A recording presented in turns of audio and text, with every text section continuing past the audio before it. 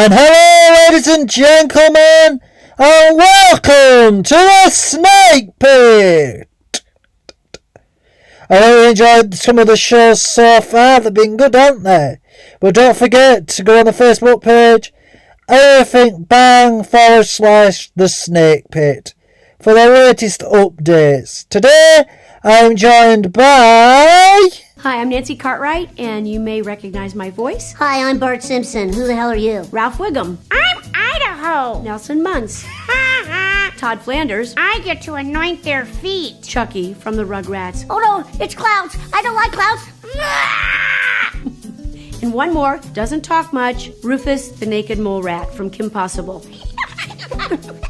Booyah! Did you get all that? Welcome to Snake Pit, Nancy. When you do voice impressions, aka the Witch of Yorkshire, hello, my pretties, you have to have a consistency in being able to do them in a long, entire row, don't you? Do you want to tell us a bit about that? Maintain a consistency in a certain sound, even when you're laughing.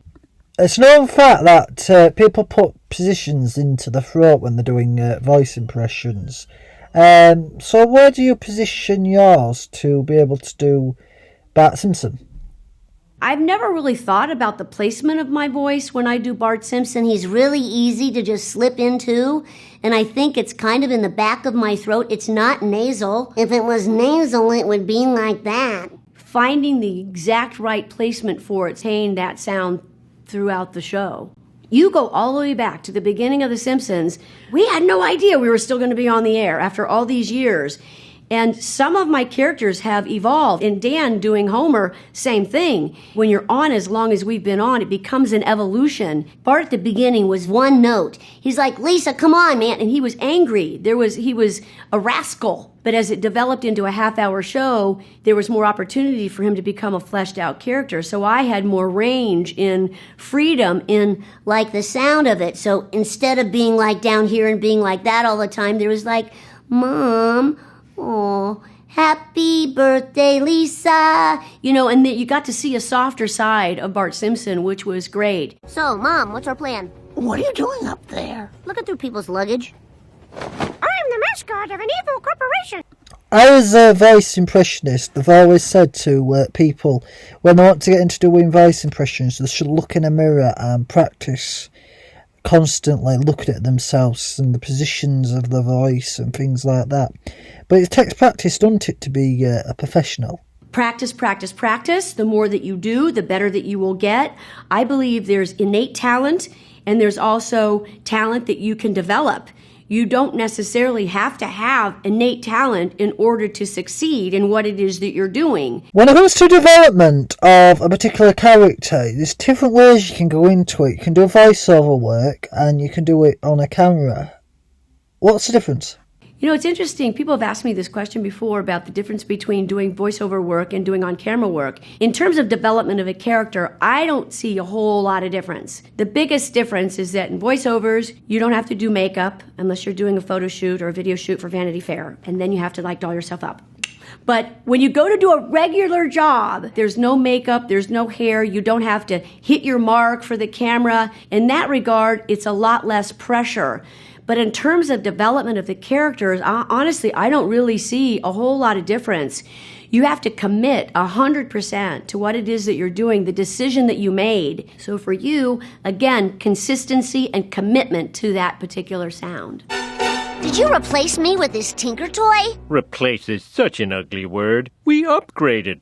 Bart, we can be friends. Eat my shorts. There's a skill to voice acting as well, isn't there? Because if you do like a child and you put it into documentaries that get older or they get younger and everything like that, you've got to actually grow with the voice, haven't you?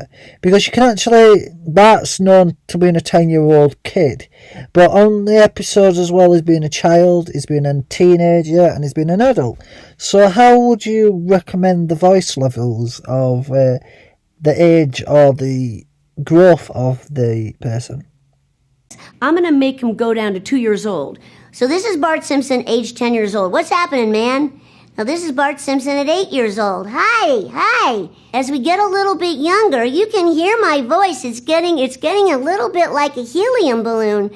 So when I get to be like 2 years old, this is Bart Simpson. Mommy. Bart at 40. Okay, we bring it way down into a low register. You can get a bass, and if I'm doing Bart Simpson and I decide to do another character like that, hey, Ma, what's going on? Where's the grits? I'm hungry. That would be Bart Simpson, from Tennessee. It's all the same voice. In order to build a house, you have to have a good foundation. And right now, I don't quite see the foundation.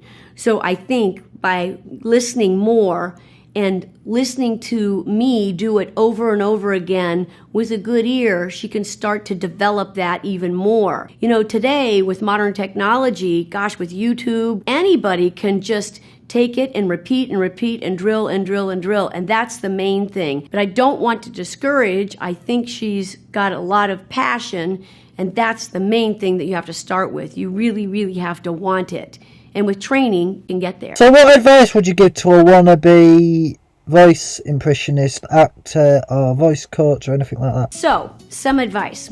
If you show up early, you're on time. If you show up on time, you're late. If you're late, you're fired or you don't get hired. So make sure you be a professional.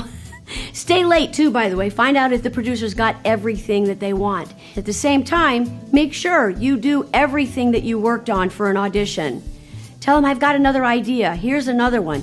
Because their idea of what a 10-year-old boy sounds like is probably different than what your idea is. Another little piece of advice, do not wear jewelry. You wear something like this, see this little microphone up here? Yeah, it's going to pick it up and it's going to ruin everything that you did. So no dangly stuff. People have asked me what I drink. Do I warm up my throat and what I drink? My beverage of choice is hibiscus tea, no caffeine, and some fresh squeezed lemonade. And the lemons kind of help my throat, I suppose. I just happen to like the taste of it. Thank you, Nancy, for talking to us.